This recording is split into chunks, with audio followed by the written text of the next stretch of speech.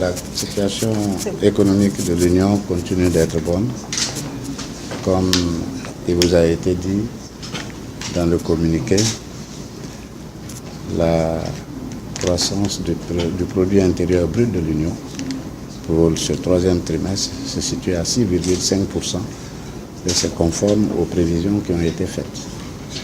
Donc, pour être court et simple, la situation économique continue d'être bonne et continue d'être en phase avec les prévisions qui ont été faites dès le début et qui concerne la vigueur de la croissance au cours de l'année 2018. Ça a commencé depuis le début et nous continuons dans la même progression. Et en matière de déficit budgétaire, je pense que les normes de la communauté ne sont pas encore atteintes. Qu'est-ce qui doit être fait à l'issue de ce? Les normes communautaires ont fixé le déficit budgétaire à 3%, avec une date d'entrée en vigueur qui est 2019, c'est-à-dire à partir de 2019, les États devront se conformer à cette norme communautaire.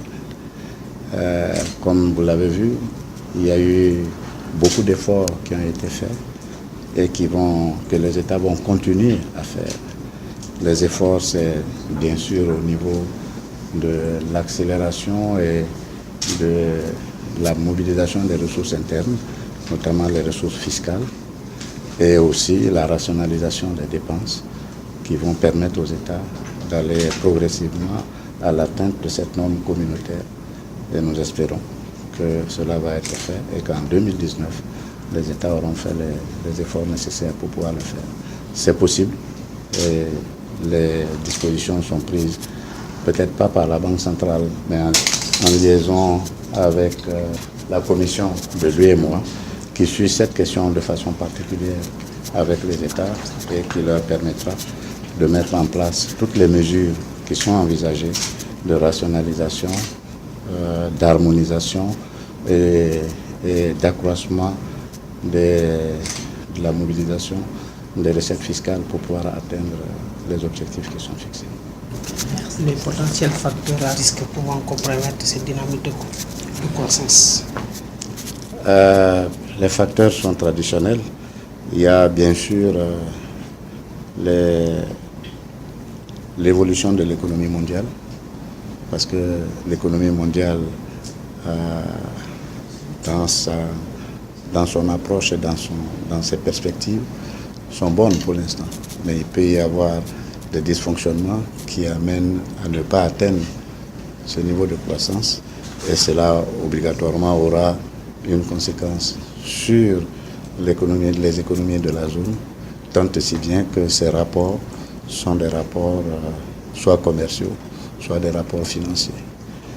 Il y a jusque-là les questions sécuritaires. Je crois que les investissements ont besoin de beaucoup de sécurité. Si les dispositions sécuritaires sont prises et que nous sommes dans la bonne tendance, il n'y a pas de raison pour que ce soit un risque, mais ça peut être un risque. Et puis il y a l'évolution de l'activité économique. Nous souhaitons que ce qui a été prévu en termes d'investissement, en termes de dépenses, se réalise.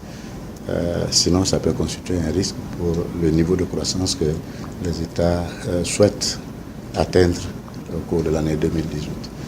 Donc, ces risques sont des risques habituels, mais qui, dans leur dynamique interne, ont des éléments aussi pour pouvoir les mesurer et les rationaliser et les contraindre. Voilà ce que je peux dire. Donc, ça n'a pas varié. Si au troisième trimestre, nous sommes dans la même tendance, c'est que les risques ne sont pas avérés et il faut souhaiter que ces risques ne soient pas avérés jusqu'à la fin de l'année 2018, ce qui permettrait d'atteindre les objectifs visés.